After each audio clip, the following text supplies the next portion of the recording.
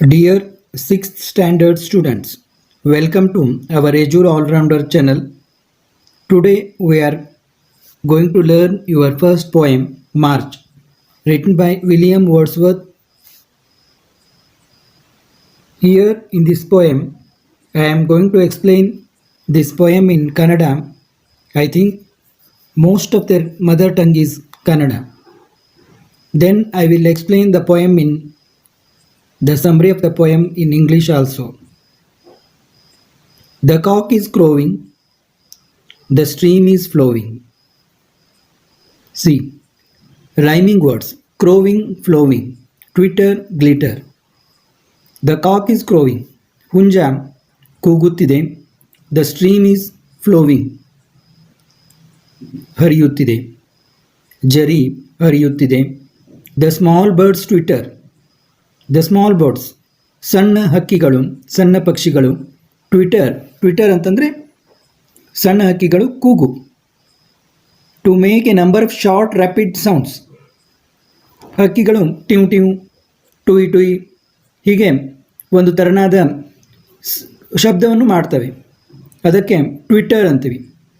ಹಕ್ಕಿಗಳು ಚಿಲಿಪಿಲಿ ಗುಡ್ತವೆ ಅಂತಲೂ ಕೂಡ ನಾವು ಕರಿತೀವಿ. The lake doth glitter. Doth ಅನ್ನುವುದು old form of does. The lake does glitter. ಆ ಸರೋವರ ಕೂಡ ಹೊಳಿತಾ ಇದೆ. ಗ್ಲಿಟರ್ ಅಂದರೆ shine brightly with flash of light, flashing point of light. Glitter ಅಂತಂದರೆ ಅತ್ಯಂತ ಕಾಂತಿಯುತವಾಗಿ ಆ ಸರೋವರ ಕೂಡ ಹೊಳಿತಾ ಇದೆ. The green field sleeps in the sun. ನೋಡಿ, ಆ ಹಚ್ಚ ಹಸುರಾದ ಭೂಮಿ, ಹೊಲ ಸೂರ್ಯನನ್ನು ನೋಡುತ್ತಾ ಮಲಗಿದಂತೆ ಕವಿಗೆ ಭಾಸವಾಗ್ತಾ ಇದೆ. ಅಂದರೆ ಸೂರ್ಯನ ಮಡಿಲಲ್ಲಿ ಮಲಗಿದೆ ಆ ಭೂಮಿ. The oldest and the youngest are at work with the strongest. ಇಲ್ಲಿ ನೋಡಿ, ಮತ್ತೆ ಯಂಗೆಸ್ಟ್ ಆ್ಯಂಡ್ ಸ್ಟ್ರಾಂಗೆಸ್ಟ್ ಇವು rhyming words. The oldest and the youngest, ವಯಸ್ಸಾದವರು ಮತ್ತು ತರುಣರು. Are at work with the strongest, ಇಬ್ಬರು ವಯಸ್ಸಾದವರು ಮತ್ತು ತರುಣರು ಕೆಲಸ ಮಾಡ್ತಾ ಇದ್ದಾರೆ. ಯಾರ ಜೊತೆಗೆ? ಬಲಿಷ್ಠರಾದವರೊಡನೆ ಕೆಲಸ ಮಾಡ್ತಾ ಇದ್ದಾರೆ. The cattle are grazing. ದನಗಳು ಮೇಯ್ತಾ ಇದ್ದಾವೆ. Their heads never raising. ತಮ್ಮ ತಲೆಗಳನ್ನು ಎತ್ತದೆ ಅವು ಮೇಯ್ತಾ ಇದ್ದಾವೆ. There are 40 feeding like one. ನೋಡ್ಲಿಕ್ಕೆ ಹೇಗೆ ಕಾಣ್ತಾ ಇದೆ ಅಂದರೆ ಆ 40 ಕೂಡ ಒಬ್ಬನೇ ತಿಂತಾ ಇರುವ ಹಾಗೆ ಕಾಣ್ತಾ ಇದೆ. ಅಂದರೆ ತಮ್ಮ ತಲೆಯನ್ನು ಎತ್ತದೆ ಅವು ಮೇಯ್ತಾ ಇದ್ದಾವೆ. 40 ಫೀಡಿಂಗ್ ಲೈಕ್ ಒನ್ ಅನ್ನುವ ಒಂದು ಮಾತಿನಂತೆ ಕಾಣ್ತಾ ಇದೆ. Like an army defeated, the snow hath retreated. Like an army defeated. ಈ ಸ್ನೋ ಅನ್ನುವುದು ಬಿಸಿಲಿಗೆ, ಸೂರ್ಯನ ಬಿಸಿಲಿಗೆ ಹಿಮ ಹಿಂದಕ್ಕೆ ಸರಿತಾ ಇದೆ. ಅದನ್ನು ಕವಿ ಯಾವುದಕ್ಕೆ ಹೋಲಿಸ್ತಾ ಇದ್ದಾನೆಂದರೆ, ಸೋತು ಸೈನ್ಯ ಹೇಗೆ ಹಿಂದಿರುಗುತ್ತದೆ ಹಾಗೆ ಈ ಹಿಮ ಹಿಂದಿರುಗ್ತಾ ಇದೆ, ಹೋಗ್ತಾ ಇದೆ. ಆ್ಯಂಡ್ ನೌ ಡೋತ್ ಫೇರ್ ಇಲ್. ಆ್ಯಂಡ್ ನೌ ಡಸ್ ಫೇರ್ ಇಲ್. ಆ್ಯಂಡ್ ನೌ ಡೋತ್ ಫೇರ್ ಇಲ್. ಫೇರ್ ಇಲ್ ಅಂದರೆ ಬಿ ಅನ್ಸಕ್ಸಸ್ಫುಲ್. ಅಂದರೆ ಗೆಲುವನ್ನು ಸಾಧಿಸಲಾಗದೆ ಸೋತು ಆ ಹಿಮ ಮರಳಿ ಹೋಗ್ತಾ ಇದೆ. On the top of the bare hill. Top of the bare hill ಅಂದರೆ ಆ ಬೋಳು ಬೆಟ್ಟದ ಮೇಲೆ. The plough boy is whooping on an on. The plough boy. The plough boy ಅಂತಂದರೆ in olden times a boy who leads a horse that is pulling the flow.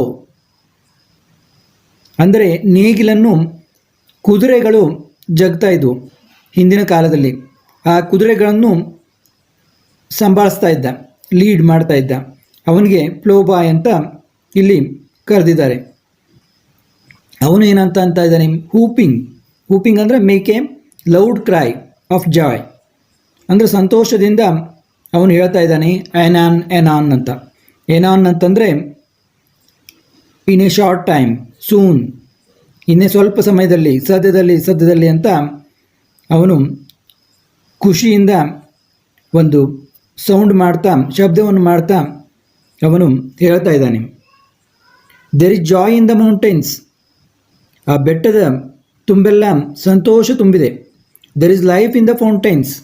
ಆ ಕಾರಂಜಿಗಳಲ್ಲಿ ಹೊಸ ಆ ಬುಗ್ಗೆಗಳಲ್ಲಿ, ನೀರಿನ ಬುಗ್ಗೆಗಳಲ್ಲಿ, ಕಾರಂಜಿಗಳಲ್ಲಿ ಹೊಸ ಜೀವ ಕಾಣ್ತಾ ಇದೆ. Small clouds are sailing. ಆ ಸಣ್ಣ ಮೋಡುಗಳು ಆಕಾಶದಲ್ಲಿ ತೇಲ್ತಾ ಇವೆ. Blue sky prevailing. ಆ ನೀಲಿ ಬಣ್ಣದ ಆಕಾಶ. ಪ್ರಿವೇಲಿಂಗ್ ಅಂದರೆ ಒಂದು ಏನನ್ನು ಗೆದ್ದ ಸಂಭ್ರಮದಲ್ಲಿ, ಯಾವುದನ್ನು ಒಂದು ಹಿಡಿತ ಸಾಧಿಸಿದ ಸಂಭ್ರಮದಲ್ಲಿ ಹೋಗ್ತಾ ಇದೆ. ಅಂದರೆ ಪ್ರಿವೇಲ್ ಅಂದರೆ gain control, victory, win A flight. ಏನನ್ನೋ ಒಂದು ಜಯಿಸಿದ ಸಂಭ್ರಮ ಆ ನೀಲಿ ಆಕಾಶದಲ್ಲಿ ಕಾಣ್ತಾ ಇದೆ. The rain is over and gone. ಮಳೆಯು ಬಂದು ಹೋಗಿದೆ. ಮಳೆಯು ಬಂದು ನಿಂತ ಹಾಗೆ ಎಲ್ಲ ಕಡೆಗೆ ಒಂದು ಉತ್ಸಾಹ, ಸಂತೋಷ ಕಾಣ್ತಾ ಇದೆ. ಮಳೆ ಬಂದು ನಿಂತರ ಪ್ರಕೃತಿ ಸುಂದರವಾಗಿ ಕಾಣ್ತಾ ಇರ್ತದೆ. ಆ ಒಂದು ಸಂತೋಷ, ಉಲ್ಲಾಸ ಎಲ್ಲ ಕಡೆಗೂ ಕಾಣ್ತಾ ಇದೆ. Now I will tell you summary of the poem in English. This poem is written by William Wordsworth. Poet describes the beauty of nature in the spring season. The poet observed that the cock crows early at sunrise and wakes up for new beautiful day. The streams flowing slowly with laziness. The bird tweets with happiness in the green trees. The fields full of crops with greenery, sleeping in the warmth of the sun. The people of the village are working in their fields, the old and young together at work with strong people of the village.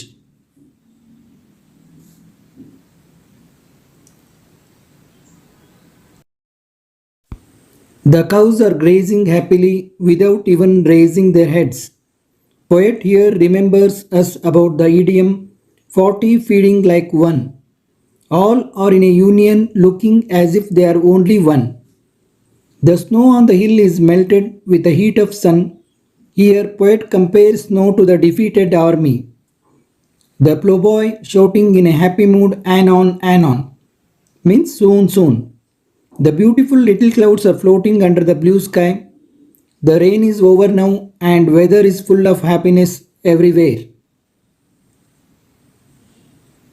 I have given summary in a brief form. This will help you to write in exam. Thank you. Students, continue to watch our Edu All-Rounder channel. ನಮ್ಮ ಎಜು allrounder ಚಾನೆಲನ್ನು ನಿರಂತರವಾಗಿ ನೋಡಿರಿ. ಹಾಗೂ ನಾವು ಮಾಡುವ ಗದ್ಯ, ಪದ್ಯ ಇತ್ಯಾದಿಗಳ ವಿವರಣೆಗಳನ್ನು ನೋಡಿರಿ. ಕನ್ನಡ, ಹಿಂದಿ, ಇಂಗ್ಲಿಷ್ ಪದ್ಯ ಹಾಗೂ ಗದ್ಯಗಳನ್ನು ಇಲ್ಲಿ ಮಾಡಲಾಗುತ್ತದೆ. ಎಲ್ಲ ವಿದ್ಯಾರ್ಥಿಗಳಿಗೂ ನನ್ನ ವಂದನೆಗಳು.